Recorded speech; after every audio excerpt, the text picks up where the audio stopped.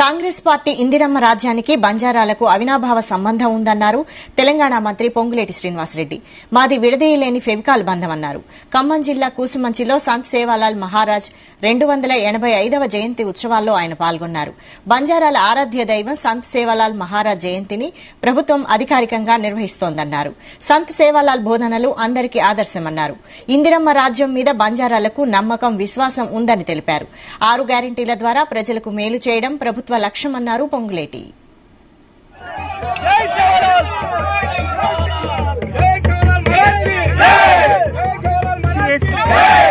అలాగే చిన్నాయపాలెం ఎంపీపీ గారిని కూడా వేది మీద రాష్ట్రంగా కోరుతున్నాం. పాలేరు నియోజకవర్గం నేలకొండపల్లి ఎంపీపీ గారిని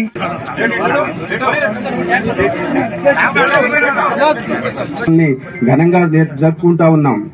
అయితే ఈ దశలో ఈ 2 సంఘటనలు ఫిబ్రవరి 15న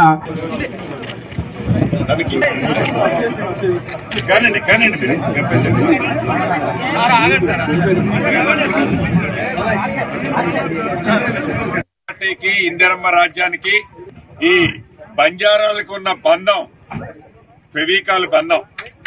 అది ఎవరో విడగొడితే విడిపోయేది కాదు. ఈ ఫెవికాల్ బంధం ఈ రోజుది కాదు. ఈ బంజారాలని ఎస్టీ సామాజిక వర్గంలో చేర్చింది కూడా ఆనాడు శ్రీమతి ఇందిరాగాంధీ గారు. అంటే వాళ్ళని మీదున్న ప్రేమ, అభిమానం, ఆత్మీయత ఈ ఇందిరమ్మ రాజ్యంలో కాంగ్రెస్ పార్టీకి అంత ఉంటది అనేది మీరు ప్రతి ఒక్కళ్ళు కూడా గమనించాలి.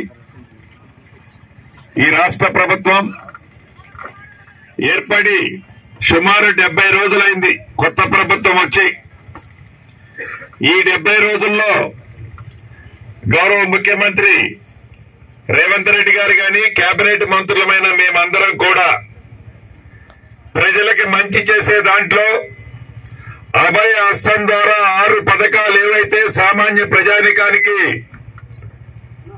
అందులో నా గిరిజన సోదరులకు కూడా ఇస్తామని చెప్పామో 2 ఇచ్చాము. 2 కొద్ది రోజుల్లో ఇవ్వబోతున్నాం. మిగతావి కూడా 100 రోజుల్లో ఇస్తామన్నాము. ఇచ్చి తీరుతుందని కూడా ఈ వేదిక ద్వారా నా సోదరులకి తెలియజేస్తున్నాను.